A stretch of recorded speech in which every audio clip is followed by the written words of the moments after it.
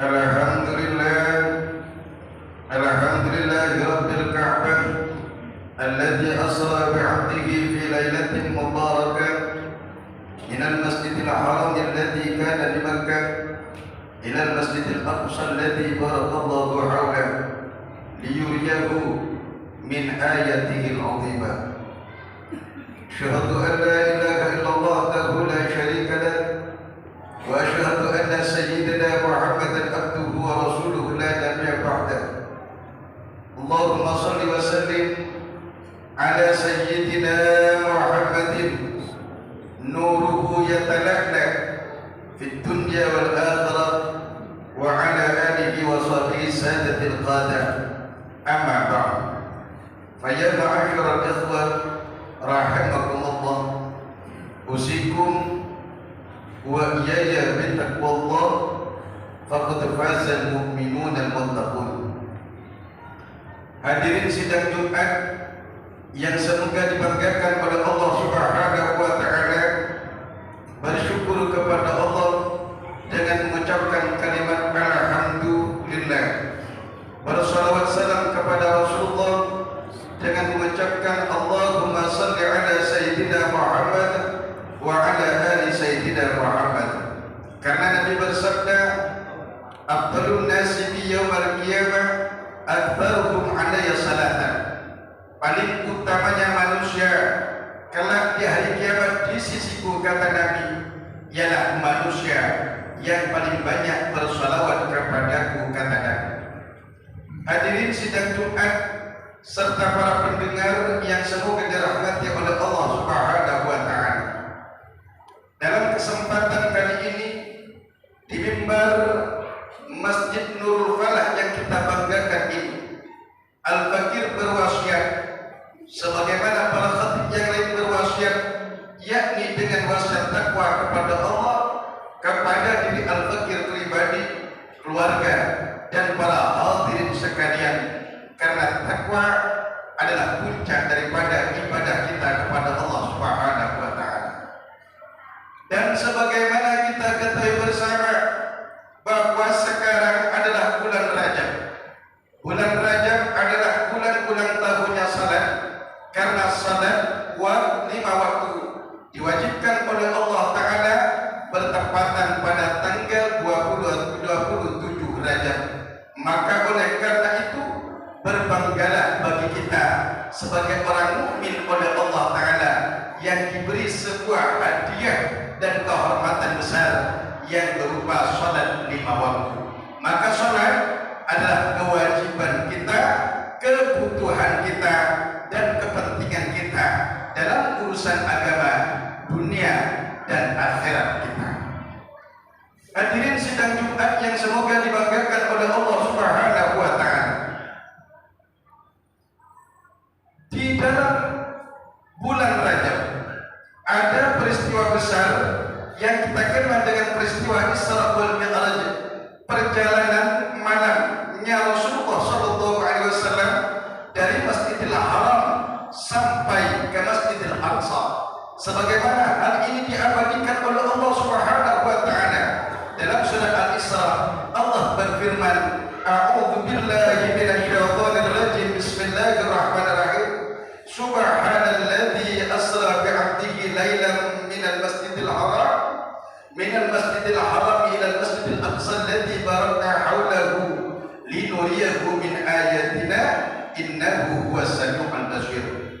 Kata Allah, Maha suci Allah, zat yang telah memperjalankan hambanya di waktu malam dari Masjidil Haram kota Makkah ke Masjidil Aqsa Palestina. Untuk apa Allah berjalan malamkan? Linuriyahu min ayatina, untuk kami perlihatkan kepada hambaku tersebut, yakni Kanjeng Nabi Muhammad sallallahu alaihi wasallam, min ayatina, dari sebagian tanda-tanda kebesaran kami, dari ayat-ayat kami, innahu huwas samiul basir, sesungguhnya Allah adalah zat yang maha mendengar dan maha melihat.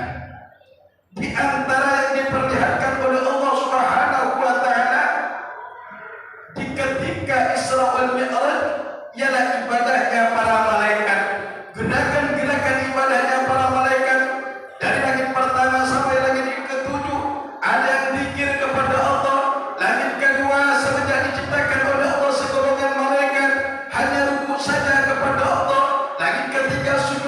saja kepada Allah, langit keempat bertasbih saja kepada Allah, langit kelima takbir dan tahlil saja kepada Allah, langit keenam hanya tasyahud saja kepada Allah, dan langit ketujuh malaikat yang diperlihatkan oleh Allah kepada Nabi hanya mengucapkan salam saja kepada Allah. Fahama qalbun Nabi, ketika Nabi melihat kejadian-kejadian ini, ibadah para malaikat ini, maka Rasulullah pengen bahwa gerakan dan bacaan seperti yang dilakukan malaikat-malaikat ini Allah berikan kepada Nabi dan kepada umatnya.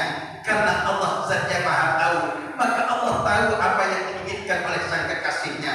Maka ketika berjumpa dengan Allah, Allah wajibkan, Allah hadiahkan, Allah muliakan kepada Nabi dan umatnya berupa salat 5 waktu yang asalnya 50 waktu. Maka Nabi bersabda, man adda salawatil khamsa nala ibadatal malaikati samawati sab'i.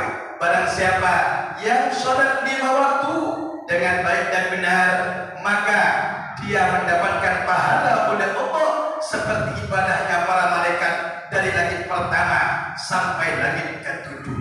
Maka salat dimanapun kita berada, bagaimanapun keadaan kita, jangan pernah kita tinggalkan, karena itu adalah intisari daripada ibadah kita sebagai orang yang beriman.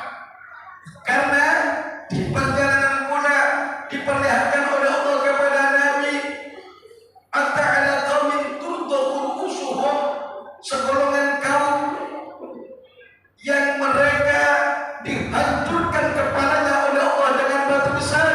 Setiap kepala mereka hancur, dikembalikan lagi oleh Allah semula, dihancurkan lagi. La yadru min dzalika jauh, tidak pernah terputus dari siksaan-siksaan ini.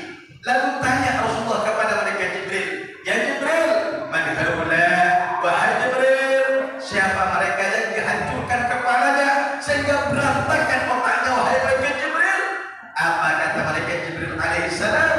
Haula'il ladzina tatataqalukum alis salatil maktubah.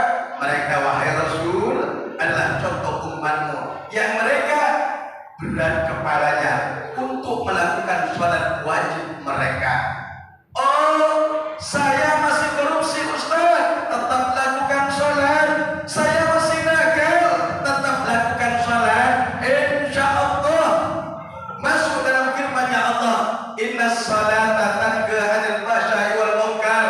Sesungguhnya sholat itu dapat mencegah dari perbuatan buruk dan perbuatan mungkar.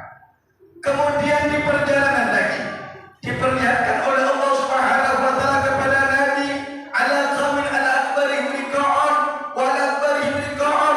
Kubur dan dubur mereka diberi tempelan oleh Allah taala dari tempelan api neraka. Kalau bahasanya sekarang, diberi celana dalam dari api neraka. Yusrahuna, mereka dilepas, dibiarkan sebagaimana seekor unta dan kambing yang dibiarkan di padang rumput, tapi mereka yakulan beribadah sekul, mereka makan makanan yang sangat busuk, hewan pun tak mampu mencium daging yang mereka makan. Wasekul, dan mereka makan makanan dari pohonan berduri dari api neraka. Wa hijarat jahannam wa hijaratiha, dan mereka pula makan dari makanan bebatuan api neraka jahannam sehingga hancur isi perut mereka. Lalu tanya Rasulullah kepada malaikat Jibril, man haula Jibril? Siapa itu wahai Jibril? Kata malaikat Jibril, haula'il ladzina la yu'adduna shadaqatihim wa ma talabahum Allahu syai'an. Wahai Rasulullah, mereka adalah orang-orang yang tidak mengeluarkan zakat harta mereka. Sungguh Allah tidak menzalimi mereka. Kemudian di dalam perjalanan Rasulullah SAW diperlihatkan oleh Allah Subhanahu wa taala segolongan manusia yang di hadapan mereka ada daging yang masak, di hadapan yang lain ada daging yang mentah yang bau busuk bangkai. Namun anehnya mereka lebih memilih makanan bangkai ini yang ketika dimakan menyakitkan isi perut mereka. Lalu tanya Rasulullah kepada malaikat Jibril, siapa itu wahai Jibril? Kata Rasulullah malaikat Jibril,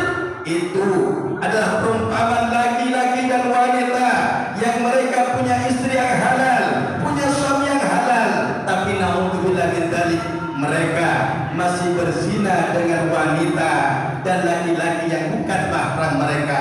Dan ingat, Nabi bersabda, man zana bimra'atin, barang siapa berzina dengan seorang wanita, na'udzubillah min dzalik, lalu dia tidak bertobat dari dosa zinanya sampai mati, maka ketika dia mati, fatahallahu alaihi fi qabri, Allah bukakan di dalam kuburnya thamaniyat abwatin minan nar, 8 lubang, 8 pintu yang tembus ke api neraka jahanam yang berada di bawah bumi yang ketujuh, yang rujuk tilkal abwab, yang keluar dari lubang-lubang tersebut aqaribu wahiyatun, kalajengking yang berbisa, ular-ular yang beracun yang menyiksa mereka di dalam kuburnya ila yaumil qiyamah, sampai hari kiamat. Na'udzubillah min dzalik. Kemudian di antaranya yang diperlihatkan oleh Allah kepada Rasulullah SAW di perjalanan Isra Mi'raj ialah laki-laki yasbah fi nahri dam, yang berenang di sungai darah. Setiap mau keluar dari sungai itu dilempar dengan batu masuk ke mulutnya. Ditanya oleh Rasulullah, ma hadza ya Jibril, apa ini wahai Jibril? Kata mereka, Jibril, ada misbah akil riba, ini adalah contohnya orang yang suka makan riba. Na'udzubillah min dzalik. Inilah di antara salah satu contoh yang Allah perlihatkan kepada kanjeng Nabi Muhammad SAW di dalam perjalanan peristiwa Isra wal Mi'raj Nabi besar Muhammad SAW. Walaupun masih banyak yang harus diterangkan, namun cukup ini saja di khutbah yang singkat ini, karena sekarang masih bulan Rajab. Kata ulama, Rajab adalah bulan istighfar, maka berbanyaklah memohon ampun, meminta maaf, bertobat kepada Allah Subhanahu wa taala, karena Allah Zat yang Maha Pengampun dosa, Maha menerima taubat selama jasad ruh ini masih di dalam jasad kita. Selama itu juga pintu taubat Allah masih buka. Semoga dosa-dosa kita diampuni oleh Allah Subhanahu wa taala, dan kita semua mati dalam keadaan husnul khatimah. Amin Allahumma amin. Barakallahu li wa lakum fil Qur'anil azim wa nafa'ana wa iyyakum bima fihi min at-tilawati wa dzikril hakim. Innahu ta'ala jawadun karim rahim wa qur rabbi ighfir warham wa anta khairur rahimin.